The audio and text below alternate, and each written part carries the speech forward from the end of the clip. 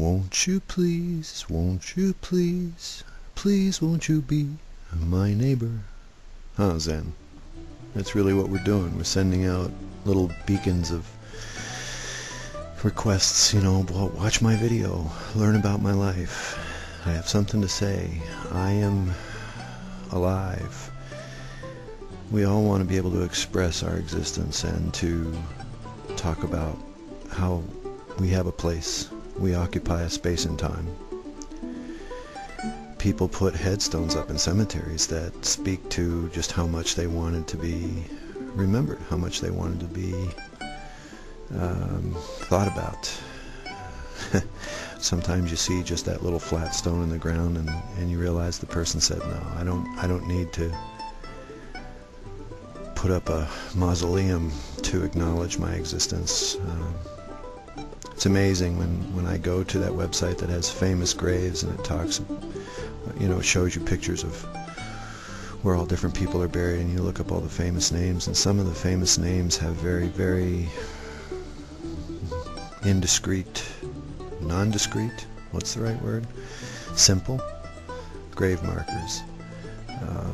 There's a few that build these rather monstrous edifices to mark their grave, but the vast majority of us just, say, "I was here."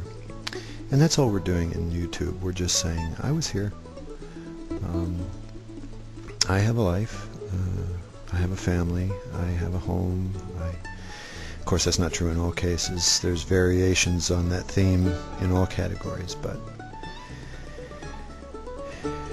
the hope was, you talk about 1968, and I remember the World's Fair in New York, and I remember lots of things from the 60s, but there was a hope that somehow through exposing ourselves to other people through the medium of conversation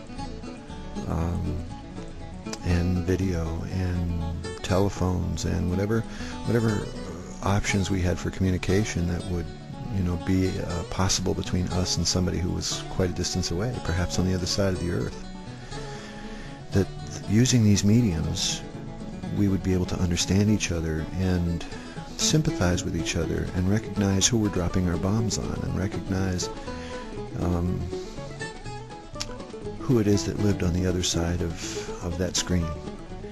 And that because we would recognize them, because we would appreciate who they were, and get a sense of family as relates to them, that maybe we would be more merciful.